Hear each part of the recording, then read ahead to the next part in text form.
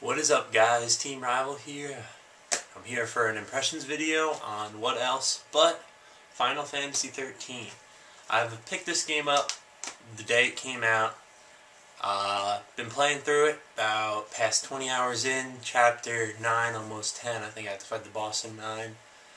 Picked this game up. There's a lot of good games coming out this month. I got Fragile Dreams, Yakuza 3, as you may or may not know, that I'm going to do a Let's Play on. Got God of War.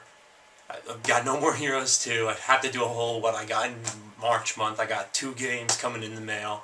I actually got $2,400 from a school refund, which is like a tax return pretty much. So that's pretty cool. I'm pretty excited about that. Not trying to spend it all in one place. Picked up a new car, so I'm back on the road. As you may or may not know, I was not on the road, but I'm back on the road already. And I'm ready to go. So, let us talk. Every RPG gamer has been talking about Final Fantasy XIII. Residents of Fate take a back seat. Fucking every other RPG that came out this month. Sakura Wars, sorry, take a back seat. This game, I'm thoroughly enjoying playing through it, and there's a lot of complaints that people are having. I'm hearing a lot of the same complaints. I'm going to try and address as many of them as I can while I provide my opinion on the graphics and the overall gameplay. Alright. The biggest thing I hear people talk about is the no town situation. They want towns. They're, classic RPG gamers. RPGs always have had towns for as long as I can remember. In every single RPG I've played, there's been towns. It's usually pretty non-linear, while Final Fantasy XIII tends to be only linear. My thoughts on that are, it's not in context of the story, which I'm not really going to go into because of spoilers. I don't want to walk on thin ice with spoilers all the time. But in context of what the story is, the main characters, Lightning, Snow, Hope, Fang, yada yada yada, Saz and Vanille, those are, I think, all of them. They are all fugitives. So they're running. The whole entire game is them running away from the Grand what is it? The Purge, the PsyCom troops. It's Final Fantasy lingo. That's another thing I have about this game, but I'll talk about that further on. But they're running from the authorities, and they don't have time hardly at all to stop and smell the roses. The army's only one step behind them this whole time, so they're often fighting enemies from the army, running into them, getting ambushed, kind of. They're all separated throughout the game, through most of the chapters up until about chapter 9. I think they join up. And they really, like I said, they don't really have time to go into towns, and the linear path does work for this. It's not that big of a deal. People make it sound like it's the end of the world, but it really eases the game up. You're not trying to go through dungeons because, honestly, look at the time period this game is set in, this futuristic metropolis. Are they really going to have dungeons and all this confusing layouts that people have to go through? No, everything's going to be advanced technology, straight from point A to point B. It's not that bad. It's really not as bad as people think. Give it a shot, because I didn't know I was going to like it, but I was open to it, and it actually was pleasantly surprised. It's not as annoying as you would think it'd be. Even if you're a classic RPG gamer, I love towns, I love non-linear RPGs, but it's nice because it helps this game. Final Fantasy games, a problem I have with a game like Final Fantasy VIII is that they throw too much on you, and like Final Fantasy XII, like in Final Fantasy VIII you had to draw the magic, and that's a lot of stuff to do in an RPG, and it gets tiresome.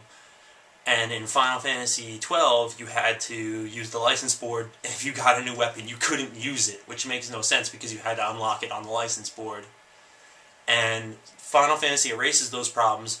I'm not saying it's easy, because this game is very, very difficult, but it's refreshing to play a game like this that's an action, it's action-filled. There's something always going on. Beautiful, beautiful graphics, by the way. I have to compliment Square Enix. I'm not saying they're pushing the PS3, but this is about as HD as it gets on the system. Sorry, Uncharted. Sorry, God of War. But Final Fantasy takes the cake for graphics on PS3. And I also want to talk about the characters just individually. I'm not really that big of a fan of any of them. They kind of it's classic Final Fantasy drama. Everyone's got something that's going on. No one's just a relaxed, laid back guy. There's a lot of emotion, a lot of love story stuff, heartbreak, people crying, and I really don't. I could care less about that. It's the 13th one.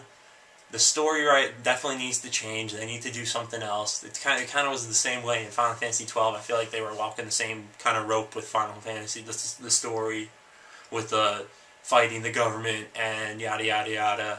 People falling in love. The typical Final Fantasy fanfare that I kind of could care less for.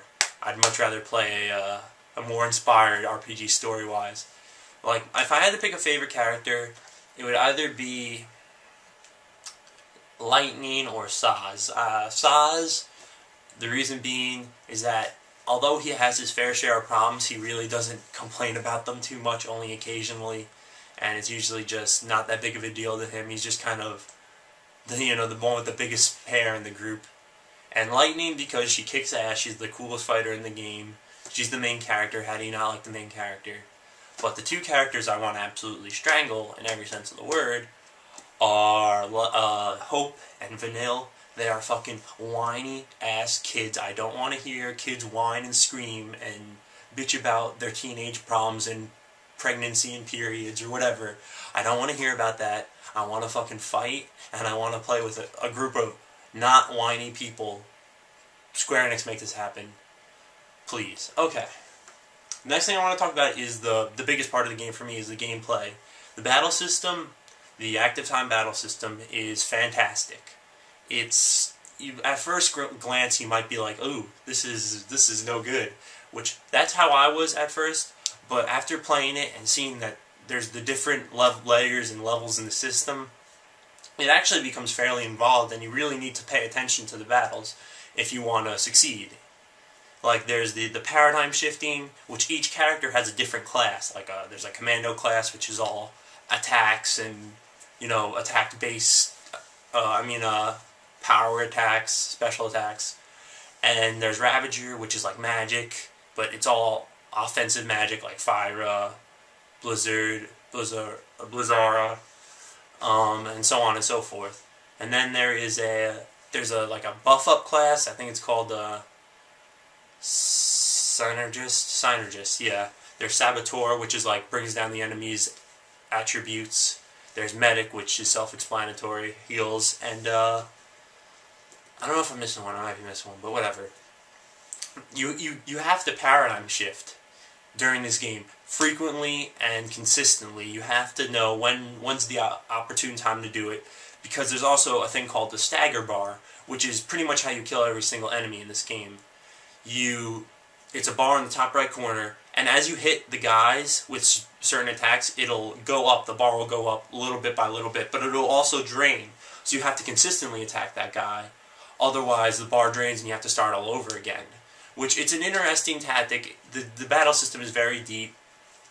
There's an auto battle function, which you think, oh, that would be boring to use, but there's also a technique called Libra, which brings me to my next point, is that you need to use Libra in order to succeed in battles, because what Libra does is like a scan system in Persona 4, where you would scan the enemy, shows you what it's weak against. Oh, excuse me, coming down with a little cold, but as I was saying, shit, I lost my point. There's a list of what's the enemy's weak against, what the enemy's strong against, a few like notes at the bottom to know what to use, and the AI in the game will follow what's on that list. Like, let's say hypothetically there's a monster that's weak against water. Your allies, and also if you use auto battle, will use attacks with that attribute. Like, let's say, like if it's against water, you use if it's weak against water, use water attacks. And that's good programming, I have to say. It works out well. The battle system, I really have very few complaints about, except I do miss from Final Fantasy X the ability to switch characters in and out, in mid-battle, but otherwise than that, it's not that bad.